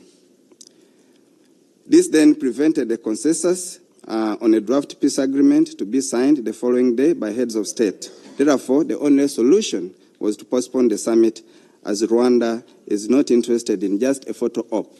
The heads of state were going to Angola for only one agenda item, to sign an agreement that should have been agreed. Mr. President, Rwanda deploys the intensification of hostilities between the Congolese coalition and the AFC/M23 since the breakdown of the summit. More worrying is the intensive shelling by FDLR, FARDC, from densely populated areas, including IDP camps, towards other populated areas held by AFC and M23. In order to bring about peace in Eastern DRC, Rwanda calls on the following. 1. The full implementation of mainly the neutralization of FDLR, which will lead to the lifting of Rwanda's defensive measures. 2. Beyond the CONOPS, Rwanda calls on the withdrawal of foreign troops, part of the Congolese coalition, and we call for European mercenaries to be repatriated and be held accountable. 3. Rwanda believes that MONUSCO can be useful in restoring peace in Eastern DRC by stopping its support to a national army with a regime change mandate, as well as its support to a UN-sanctioned genocidal force and European mercenaries. Rwanda also reiterates its position that it has no hostile intentions against MONUSCO, despite its total failure over the past 26 years. 4. Rwanda believes in the strict adherence to the ceasefire of August 4th, 2024 by all parties, which would allow for a favorable environment for direct dialogue between the DRC and the M23. In this regard, I want to inform you that His Excellency President Kagame spoke with his counterparts from South Africa, His Excellency President Ramaphosa, yesterday. This positive conversation, held in a cordial atmosphere, was productive as it supported the already agreed ceasefire and the resumption of political talks, including with the AFC and M23. I also wish to inform you that tomorrow there will be a virtual ESC summit convened by His Excellency President Ruto on this very question. Before I close, I would like to mention that the DRC government has just claimed that there are Rwandan forces that died in DRC. I want to say that this is categorically not correct. If it was correct, DRC would have provided evidence. I don't think they have that evidence. If they have evidence of any Rwandan soldiers who have died on DRC soil, they should produce that evidence, which I'm sure, I know 100% sure, is not available because that's not true. In closing, Rwanda is committed to the pursuit of a political solution to the conflict. However, we believe that the Rwanda process must not be personalized or taken as an end in itself, but as a tool to resolve security concerns between Rwanda and the DRC. Both the Rwanda and Nairobi process urgently require new impetus in order to achieve sustainable peace and stability for all the countries in our region. We hope that the recent engagements will work towards that goal. I thank you, Council members. I thank the representative of Rwanda for the statement. I now give the floor to the representative of Angola. His Excellency Ambassador Amar Benjama, President of the United Nations Security Council for the month of January, distinguished members of the Security Council, we welcome the presence of Her Excellency Teresa Kayakwamba Wagner, State Minister, Minister of Foreign Affairs, International Cooperation and Francophonie of the Democratic Republic of Congo DRC, and Ambassador Ernesto Remusillo, Permanent Representative of the Republic of Rwanda to the United Nations. We thank Mrs. Viviane Van Perre, Deputy Special Representative of the Secretary General for Protection and Operations, for her briefing on the latest developments on the ground and for her bravery in keeping high the UN flag under these difficult circumstances. We deplore today's attacks against diplomatic missions in Kinshasa and call on DRC authorities to ensure their protection under the 1961 Vienna Convention on the diplomatic relations. Mr. President, we are at a very critical juncture in the pursuit of lasting peace in the DRC and the normalization of diplomatic relations between the DRC and Rwanda. The M23 has made a significant military advance in North Kivu province, worsening the already fragile security and humanitarian situation in the eastern DRC. It resulted in the capture of the provincial capital, Goma, despite calls by the United Nations Security Council, the African Union, and the other actors in the international community to halt this military advance. This is a make-or-break moment that requires wisdom and pragmatism from the concerned parties and all relevant stakeholders, including the United Nations, the African Union, and sub-regional organizations. Although His Excellency João Manuel Gonçalves Lourenço, President of the Republic of Angola, African Union champion for peace and reconciliation, facilitator of the normalization of diplomatic relations between DRC and Rwanda, is making every effort to advance the Rwanda process, the security and humanitarian situation in the eastern DRC has suffered a substantial deterioration in the last few weeks. On 24th January 2025, the Angolan head of state expressed deep concern over the serious deterioration of the peace and security situation in the eastern DRC. He condemned and denounced the actions of M23 and its supporters, which undermine the progress made under the Rwanda process. He reaffirmed that there is no military solution to the conflict and urged the parties to return immediately to the negotiating table. Due to the rapid deterioration of the situation, members of the enhanced ad hoc verification mechanism and the expanded joint verification mechanism deployed in the city of Goma under the Rwanda process to support the pacification process in the eastern DRC on Sunday had to be evacuated to Angola. Mr. President, the UN Security Council is the world's last resort when it comes to maintaining international peace and security. Its mandate is clear and must be respected and upheld. Today, we have one simple and direct message to this Council. The conflict in DRC must cease and the warring parties must return to the negotiating table. The ongoing hostilities in the eastern DRC have already claimed the lives of thousands of civilians and injured many others. Credible reports indicated that Goma has neither running water nor electricity, thus making living conditions of the population and those living in the IDP camps almost unbearable. In addition, millions of people have fled their homes and they don't know where to go. We demand the immediate and unconditional cessation of hostilities, the withdrawal of M23 from the occupied area, as well as the end of its establishment of parallel administration in DRC territory. We call for the full respect of integrity of DRC in accordance with the UN Charter, the international law, and the principles of sovereign equality of all member states. We call on all parties in conflict to fully respect international humanitarian and human rights law, the protection of civilians, IDP camps and medical sites, and the protection of peacekeepers, while noting that attacks on civilians and peacekeepers constitute war crimes. Direct attacks to MONUSCO and some DRC personnel are unacceptable, and those responsible must be held accountable. We urge the signatories of the August 2024 ceasefire agreement to urgently resume dialogue without preconditions.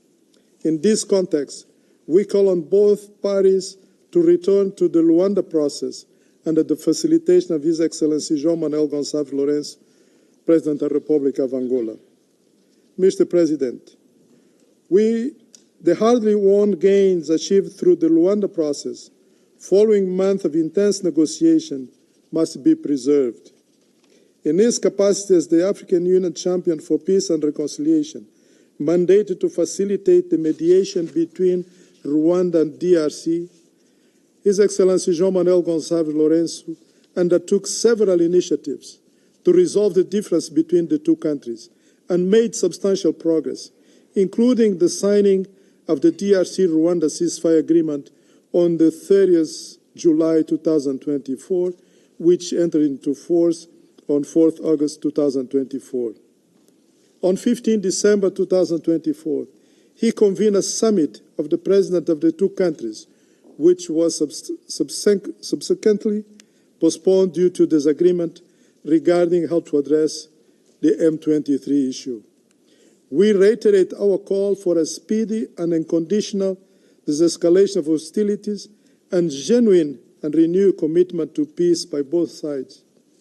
Immediate return to the negotiating table is the only way out, since the conflict and security challenges in the eastern DRC have no military solution. The parties must continue exploring ways to settle the M23 pending issue to create conditions to reschedule the tripartite summit. We encourage the resumption of contacts between His Excellency Uhuru Kenyatta, former President of the Republic of Kenya, and the facilitator mandate by the East African Community, with the armed groups in DRC, including the M23, under the Nairobi process to address sources of grievances that have led to the current level of insecurity in DRC. The United Nations, the African Union, sub-regional organizations, and leaders in the region must work together in a complementary approach to bring DRC and Rwanda back to the Luanda process. To conclude, Mr. President, we continue encouraging all parties to avoid any actions or rhetoric that can further escalate tensions, including provocative language and inflammatory public statements, which are counterproductive to the diplomatic efforts to achieve a lasting solution to this conflict that has prevailed for so long. In his quest to advance the Luanda process, in the last few days, His Excellency João Manuel Gonçalves Lourenço, the President of the Republic of Angola, has been in contact with several African leaders. Today, he spoke with His Excellency Mohamed Ould Ghazouani, President of the Republic of Mauritania and current President of the African Union, and His Excellency Teodoro Obiang Nguema Basogo, President of the Republic of Equatorial Guinea and current President of the Economic Community of Central Africa States, to which DRC and Rwanda are members. Angola reiterates the steadfast commitment of His Excellency João Manuel Gonçalves Lourenço to continue playing his role as the facilitator mandated by the African Union to assist the normalization of diplomatic relations between DRC and Rwanda to achieve peace and security in the eastern DRC. I thank you. I thank the representative of Angola for their statement, and I now give the floor to the representative of Uruguay. Muchas gracias, señor presidente. Thank you, Mr. President. We are grateful for the information provided by Ms. Viviane van der Peer, Deputy Special Representative for Protection and Operations in the United Nations Stabilization Mission in the Democratic Republic of the Congo, MONUSCO. We are also grateful to the President of Algeria for convening this briefing. We underscore the important role played by the Security Council on this issue. Their work has prompted a ceasefire in line with the press statement issued by the Council members on the 26th of January. We fully agree with the content of that press statement. Moreover, we're grateful to Council members for their willingness to address this issue and for their expeditious work. However, unfortunately, the situation on the ground continues to be critical. However, a ceasefire has been announced. However, fighting continues. Consequently, we must continue, as the Council and indeed all of us should continue, to attach the utmost importance to the cessation of hostilities. It is only that will make it possible to resume negotiations to ultimately achieve a lasting political solution within the framework of the Luanda and Nairobi peace processes. Regarding the M23 offensive, an incredibly critical situation has been produced for civilians in the region. At the same time, the security of MONUSCO personnel has been imperiled. In view of that fact, we value what was said by the Secretary General. He has stated that these attacks may constitute war crimes which must be investigated. Perpetrators must be held accountable. In the face of the aforementioned situation, we condemn it, and we ask you to do the same. The Security Council must take all necessary measures to ensure that the M23 offensive and that waged by those supporting the M23 is ceased, and the Council should act to ensure that there is full cessation of hostilities and full respect for peacekeeping forces. We value the guidelines that the MONUSCO Command has issued to protect the security of civilians and contingents in the peacekeeping forces in the face of the M23 offensive. Without prejudice to the above, we express that there is a need for clear instructions regarding procedures to be followed, and utmost support must be given to national contingents in terms of logistics and supplies so that they're able to address the humanitarian crisis affecting the local population as well as the consequences of the weapons handover by Congolese troops. Medical care for all must be guaranteed. We reiterate our commitment once again to peace in the DRC and our support for MONUSCO at this critical juncture. Thank you, Mr. President. I thank the representative of Uruguay for the statement. I now give the floor to the representative of Zimbabwe.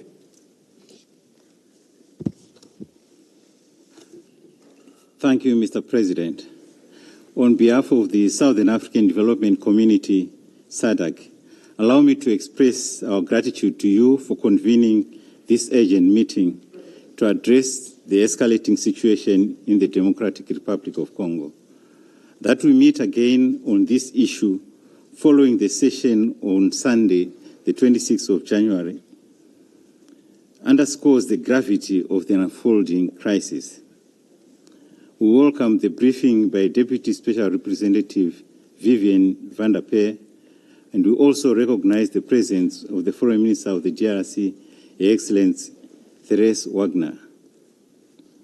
Mr. President, Zimbabwe, as does SADC, remains unwavering in its adherence to the principles enshrined in the United Nations Charter, particularly the peaceful settlement of disputes and the commitment to respecting the territorial integrity and political independence of states. These principles are more critical than ever as we confront the deepening crisis in the Eastern DRC, particularly in Goma. Mr. President, the chairman of SADC, His Excellency President Emmerson Mnangagwa, issued a statement yesterday in which he conveyed his profound concern over the deteriorating security and humanitarian conditions in the Eastern DRC, brought about by offensive operations of the M23 rebel group and its allies. He condemns unequivocally the cowardly attacks on the UN and SADC peacekeepers, some of whom have paid the ultimate price in the pursuit of peace. On behalf of SADC, President Mnangagwa extended heartfelt condolences to the families of the fallen peacekeepers and wished them, those injured, a speedy and full recovery. Mr. President, the persistent instability in the Eastern DRC, exacerbated by the actions of the M23 rebel group, represents a grave threat to peace and security in the region. The occupation of Goma and other areas by armed groups undermines the sovereignty of the DRC and the stability of the Great Lakes region as a whole. We commend all efforts deployed at the local, regional, and international levels in addressing this crisis. However, we stress that sustainable peace can only be achieved through dialogue, strengthened governance, and robust international support. To this end, we urge the United Nations and the Security Council to, 1, provide enhanced support for the protection of civilians and the stabilization of conflict-affected areas. 2, ensure accountability for violations of international humanitarian law and human rights, including the attacks on peacekeepers and civilians. 3, address the root causes of the conflict, including the illicit exploitation of natural resources, which continues to fuel instability. 4, facilitate the movement of humanitarian assistance. Mr. President, as SADC chair, Zimbabwe reaffirms its commitment to collaborating with the African Union, the United Nations, and all stakeholders to achieve lasting peace in the DRC. The current crisis highlights the urgent need to reform the international peace and security architecture, including the United Nations Security Council to better respond to the unique challenges facing Africa. Moreover, we reiterate the importance of eliminating the illicit trade in small arms and light weapons, which perpetuates instability across the continent. Mr. President, in conclusion, SADC stands in full solidarity with the people and government of the Democratic Republic of Congo. We call on all stakeholders to act decisively to prevent further escalation, safeguard lives, and restore peace and stability. This is a moment for collective action, a moment to demonstrate our shared commitment to unity, peace, and sustainable development. Zimbabwe and SADC stand ready to contribute meaningfully to these efforts, and we look forward to working with our partners to forge a peaceful and prosperous future for the DRC, the SADC region, and beyond. To that end, the President of the Republic of Zimbabwe and current chairperson of SADC has called for an extraordinary summit scheduled for the 30th of January 2025 to discuss this matter. I thank you, Mr. President. I thank the representative of Zimbabwe for the statement. I now give the floor to the representative of Burundi. Merci beaucoup. Thank you very much, Mr. President. Mr. President, my delegation is delighted to participate again in this briefing on the worsening security situation in the Democratic Republic of the Congo. The situation is characterized by recent developments in the city of Goma. We thank the Algerian presidency of the Council for having convened this meeting at such short notice. I welcome Her Excellency, the Minister for Foreign Affairs of the DRC, Her Excellency Therese Kaikwamba-Wagner, and I hail the briefing delivered by Ms. Viviane van der Per, Deputy Special Representative for Protection and Operations in MONUSCO. At the outset, I wish, as the Government of Burundi, to convey our condolences to the loved ones of those that have lost their lives over the last 48 hours in the DRC. Mr. President, for the second time in 48 hours, we are gathered to note with bitter regret that the situation in eastern DRC has worsened to an alarming degree.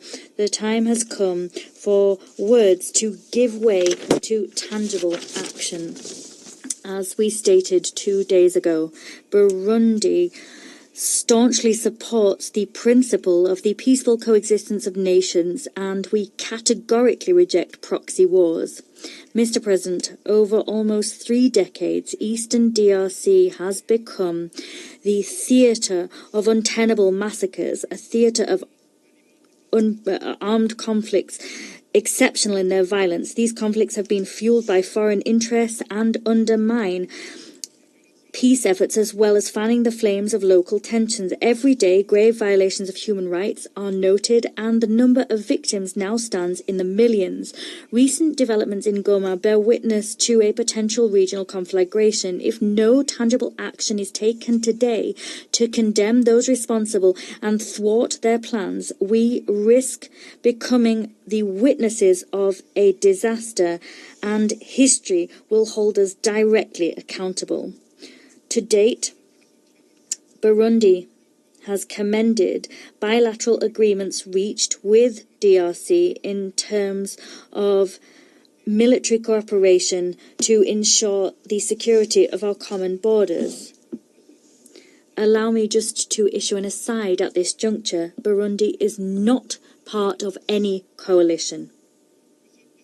Mr. President, for years now, the United Nations, through the invaluable work of the DRC group of experts, has rigorously documented the dynamics of this conflict.